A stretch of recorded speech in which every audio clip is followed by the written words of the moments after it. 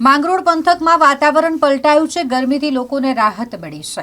હવે લાગે છે કે ચોમાસાની શરૂઆત થઈ ગઈ છે। અમી છાંટણા જોવા મળ્યા છે અલગ અલગ ગ્રામ્ય પંથકમાં। માંગરોળની વાત કરીએ તો વહેલી સવારથી જ વાદળછાયું વાતાવરણ અને ધીમી ધારે વરસાદ વરસી રહ્યો છે। અસહ્ય ગરમી લોકોએ વેઠી છે અને ત્યારબાદ જ્યારે આ વરસાદ વરસ્યો છે તો ગરમીથી લોકોને રાહત મળી છે। ઠંડક ચારે તરફ પ્રસરી છે।